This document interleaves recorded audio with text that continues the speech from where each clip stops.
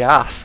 It's down to 800 right now. He's able to spend a bunch on upgrades, but that's an amazing amount of gas, and I wonder how wise getting that second early refinery was, or at least keeping SCVs on that second early refinery. If you're forced to do something weird, or you're forced to not really take anywhere near as much advantage, and that orbital command does go down. It did not look like LucifroN was able to cancel it, but he does have a tank up, he does have several marauders up, and he's going to be able to push these 5 roaches out, especially with Hellion support. Hellions don't do that much damage, but they are able to tank a little bit for the other units, and the line damage is completely non-trivial, especially when there's a bunch of marauders and a bunch of tanks, which all do bonus damage to armored, fending in on these roaches. Roach speed is coming up for HayprO right now, and HayprO is actually coming up with a lair.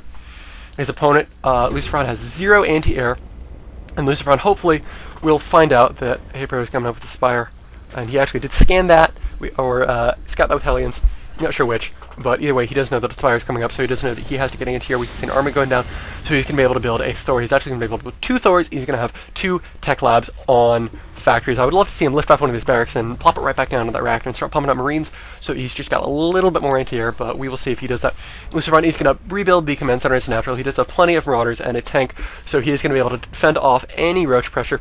HayprO, in the meantime, is down to a few less roaches than he had earlier. He's actually going to come in with a couple of Zerglings, just so that he can see what his opponent is doing, and he's got a bunch of mutas coming up, but the first Thor is coming out for LucifroN. This is not Chrono Boosted, as the LucifroN is not Protoss, but that Thor is going to finish in enough time that it's going to be able to do a little bit of damage to mutas, especially if it's got SCVs repairing it, and especially if some missile turrets come up as well. I don't believe we actually have an engineering bay up for LucifroN, so that's a little bit bad. He's not going to be able to build turrets, and a starport actually coming up for LucifroN with that reactor add-on on it, so it's going to be able to build a bunch of Vikings or a bunch of dropships, and I would love to see either. LucifroN has a bunch of gas, so it's going to be very, very good when the starport finishes. I know I was just ragging on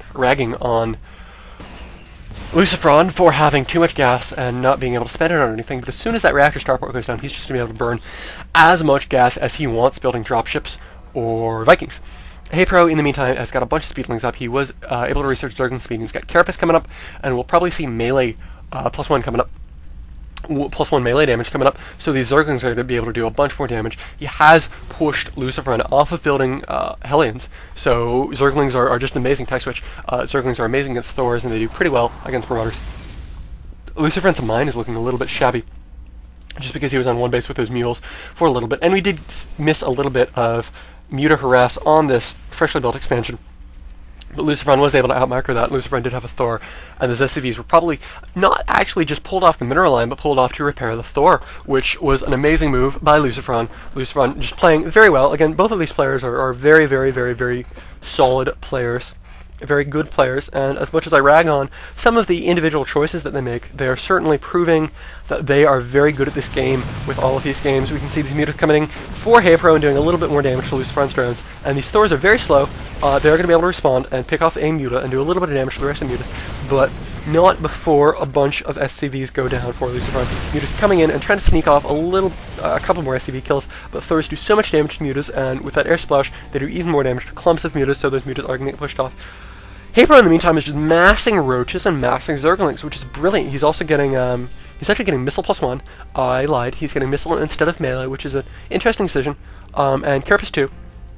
So these roaches are going to survive a little bit better against these Marauders and tanks. He did have his Zerglings, so he's going to scout his opponent moving out, and he's just going to counterattack immediately before these tanks are able to siege. Siege mode is not researched, but I'm not sure if he knows that yet. And these Lings and Roaches are going to more than do a bunch of damage and force LucifroN to really think twice before attacking.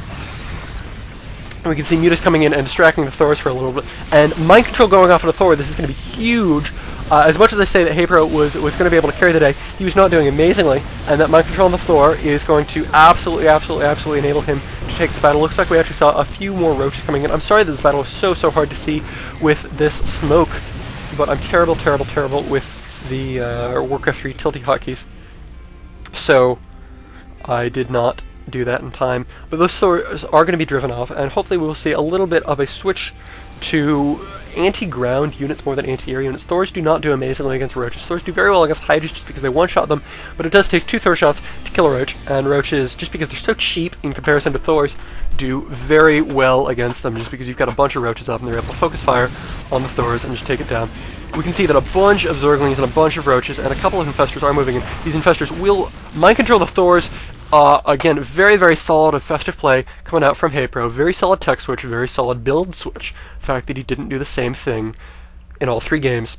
In all 4 games, he's finally mixing it up. It does give him a little bit of an advantage to his opponent because LucifroN has done the same thing. And we are tied up 2-2 going into Game 5. We are going to see Game 5, best of 5, gosu Cup Finals. LucifroN versus HayprO. HayprO Zerg, LucifroN Terran, I am Rainbows. There's nothing else boilerplate that I can say at the end of this game. Do watch Game 5. I'm sure it will be epic. All of these games have been very good so far. Both players really showcasing their skill. And HayprO really showcasing his ability to adapt on the fly and counter a build that he's seen 5 times in a row. Yeah, can't think of anything else to say. Rainbows out.